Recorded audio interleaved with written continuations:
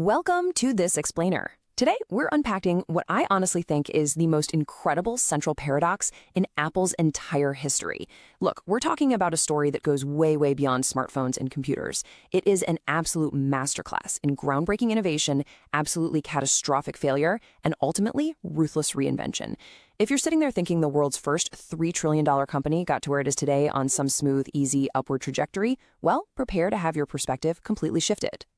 Let's dive right into this stark contrast because it's pretty wild. Today, Apple is this massive multi-trillion-dollar empire, right? It's literally an inescapable part of the daily lives of billions of people all over the globe. Its dominance just feels inevitable to us now. But let's rewind the clock back to 1997. This exact same company was bleeding cash so incredibly fast that they were only weeks away from literally failing to make payroll. Wall Street wasn't even asking if Apple would go bankrupt anymore. They were taking bets on exactly which day it would officially happen. And that brings us to the massive, burning question at the very center of our explainer today. How on earth did the world's most valuable company almost completely disappear? And honestly, more importantly, how did those catastrophic early failures somehow become the exact blueprint for their massive modern success? Because to truly understand how they survived and how they built the digital empire you probably interact with every single day, we really have to dissect the specific, compounding mistakes that nearly buried them. Okay, to really grasp the magnitude of their near destruction, we first have to recognize just how high they were flying before the crash. Their foundation was built on this groundbreaking, meteoric rise right out of a garage. Steve Jobs and Steve Wozniak essentially sparked the entire personal computer revolution with the Apple I and Apple II. By the 1980s, completely fueled by their legendary 1984 commercial, which, fun fact, was directed by Ridley Scott, they launched the Macintosh. They weren't just building computers, they were building a fiercely loyal, almost cult-like culture. They established this totally unique philosophy of blending raw technological power with visionary artistic design. They were absolutely Silicon Valley's brightest success story. But you know how it goes. Massive success bred massive internal chaos. Behind the scenes, a really severe power struggle erupted between Jobs and then CEO John Sculley. This is the guy Jobs famously recruited from Pepsi by asking if he wanted to sell sugar water for the rest of his life. Well, the board ultimately sided with Sculley. And then the unthinkable happened. The visionary founder was pushed out of his very own company entirely. Now, at the time, to the suits in the room, it probably seemed like a logical corporate maneuver to stabilize a rapidly growing business. But in reality, it actually lit the fuse on a highly destructive era. So without Jobs and his visionary compass steering the ship, Apple stumbled into this devastating chain reaction of compounding mistakes. All through the late 80s, the Macintosh lineup became incredibly confusing, horribly bloated, and just wildly overpriced. By 1993, they released the Newton PDA, a personal digital assistant. Its handwriting recognition was so notoriously awful that it literally became a recurring punchline on late-night TV. And meanwhile, over in Seattle, Microsoft capitalized on all this chaos, and Windows just began its absolute, undisputed domination of the personal computing market. This perfectly illustrates their real existential threat, a catastrophic loss of focus. Apple wasn't failing because it suddenly forgot how to innovate. It was failing because it was trying to do absolutely everything. They had dozens of overlapping, confusing Macintosh models. They were manufacturing digital cameras, printers, scanners. They even had a super brief, totally bizarre Apple clothing line in the 80s. By trying to appease every single possible market segment out there, they severely diluted their core identity. They practically gift-wrapped the market and handed it to competitors who were actually offering clear, accessible solutions. By 1997, this terrible lack of focus had turned what was a slow bleed into a massive, life-threatening hemorrhage. Device sales plummeted, resulting in these just devastating quarter-over-quarter financial losses. The cash shortages were so severe they were threatening to literally freeze day-to-day operations. Employee morale completely shattered. Wall Street analysts were officially sounding the death knell, and the business world was just openly speculating whether competitors like Sun Microsystems or IBM would eventually scoop up Apple's remaining assets in some bargain bin fire sale. So what do? Almost nobody knows exactly how you engineer a massive corporate turnaround under those exact brutal conditions. I mean, it's one thing to stand up in a meeting and say a company needs to turn things around, but what does that actually look like in practice, in the boardroom, when the clock is quite literally ticking down to zero? Well, the ruthless decisions they made in the ensuing weeks laid the hidden groundwork for the trillion-dollar empire we know today. The master plan to save the company was honestly sheer, unadulterated ruthlessness. Step one was acquiring a company called Next, which officially brought Steve Jobs back, eventually landing him in the interim CEO chair. But here's the kicker. Jobs didn't return and immediately invent some shiny new product to save the day. He came in and wielded a machete. He slashed Apple's wildly sprawling product lineup from 350 confusing items down to just 10. 10! He radically stripped away all the corporate bloat to focus purely on the seamless integration of hardware and software. It was absolute destruction in the name of salvation. But securing the company's survival required a lot more than just cutting dead-end products. It required a massive, painful swallowing of corporate pride. In a completely unexpected shock-the-world move, Jobs secured a $150 million investment and a crucial software commitment from their bitterest rival, Microsoft. When Bill Gates' face loomed on a giant satellite screen at the Macworld convention to announce this partnership, the Apple crowd literally booed out loud. But that highly controversial lifeline stabilized the company just barely, long enough for Jobs' new, ruthless-focused strategy to actually take root. And what happened next fundamentally reshaped how all of humanity interacts with technology. With all that bloat finally gone, Apple executed a perfectly sequenced decade of sheer revolution. The candy-colored iMac in 1998 made desktop computers friendly, colorful, and accessible. Then, the iPod and iTunes in 2001 put 1,000 songs in your pocket and essentially saved the collapsing digital music industry. Then the iPhone debuted in 2007, quickly followed by the App Store in 2008. Look, this wasn't just a lucky string of hit devices. It was a methodical, incredibly deliberate, step-by-step masterclass in rebuilding a brand from the ashes. Because behind all those iconic, shiny products was this absolute masterstroke of a strategy, the ecosystem.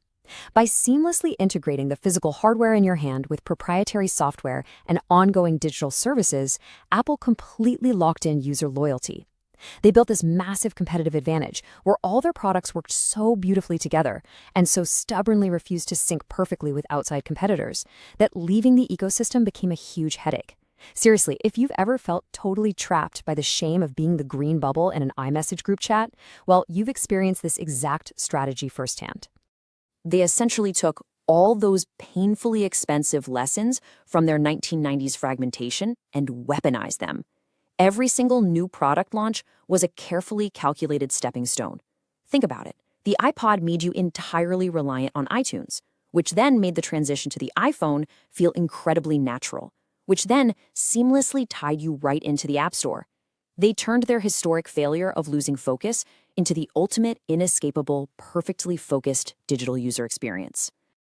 And the result of that relentless ecosystem strategy is a modern financial reality that is completely, utterly divorced from their 1997 bankruptcy threat.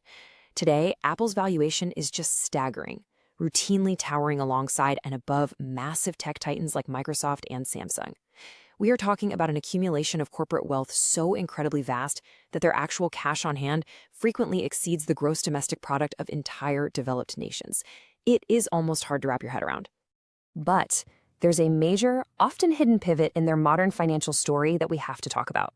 While the new iPhones and MacBooks are always going to grab the flashy headlines, Apple's services division, so think iCloud storage, Apple Music subscriptions, Apple TV, and all those App Store fees, has quietly become a massive, unstoppable economic engine all on its own. They aren't just selling you a piece of glass and metal once every 3 or 4 years anymore. They are generating billions upon billions in recurring, high-margin revenue every single quarter. When you really look at it, the sheer scale of this turnaround is historically unprecedented. Today, there are over 2 billion active Apple devices globally. To put that into perspective, that means roughly 1/4 of the entire human population is currently carrying, wearing, or interacting with their technology. They evolved from a desperate, dying company begging for a $150 million lifeline into an omnipresent global force with premium, glass-walled retail temples in virtually every major city on Earth. But of course, behind all that staggering success is a hidden problem. Maintaining dominance at this unbelievable scale brings incredibly complex, intense global scrutiny.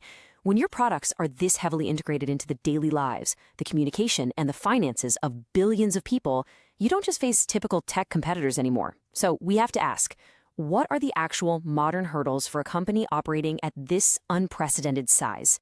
Maintaining this exact level of global dominance naturally invites intense, almost suffocating pressure.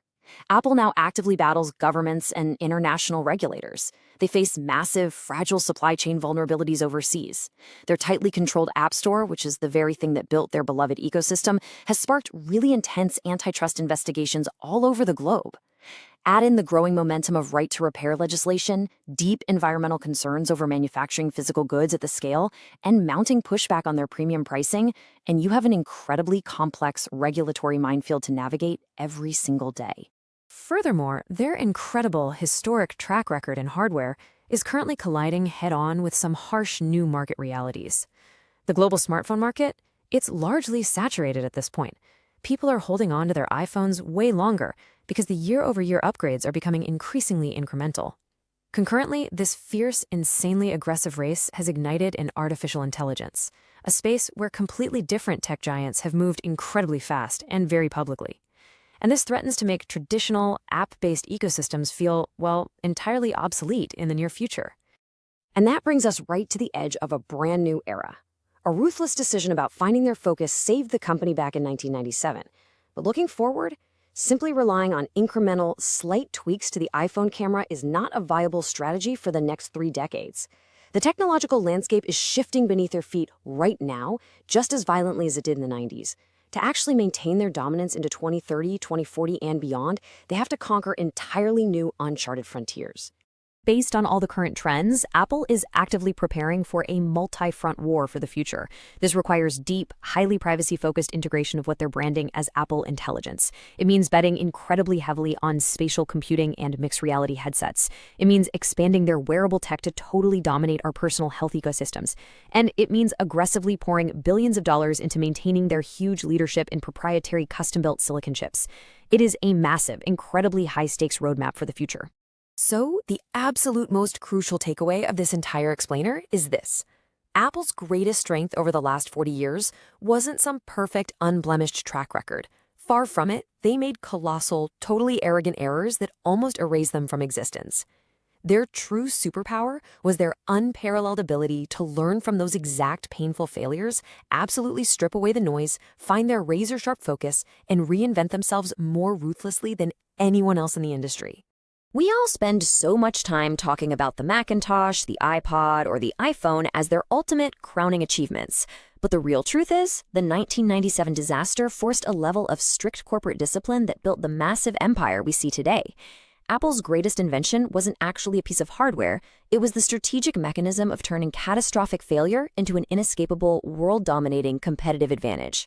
Now that you understand the hidden mechanics behind their near-death survival, their massive triumph, and the intense new pressures they face today, we really have to look to the horizon. The world is changing rapidly right now. Knowing their incredible history of pivoting when their back is truly against the wall, what industry do you think they're going to disrupt next? Thanks so much for joining me on this explainer. Keep learning, stay curious, and I'll see you next time.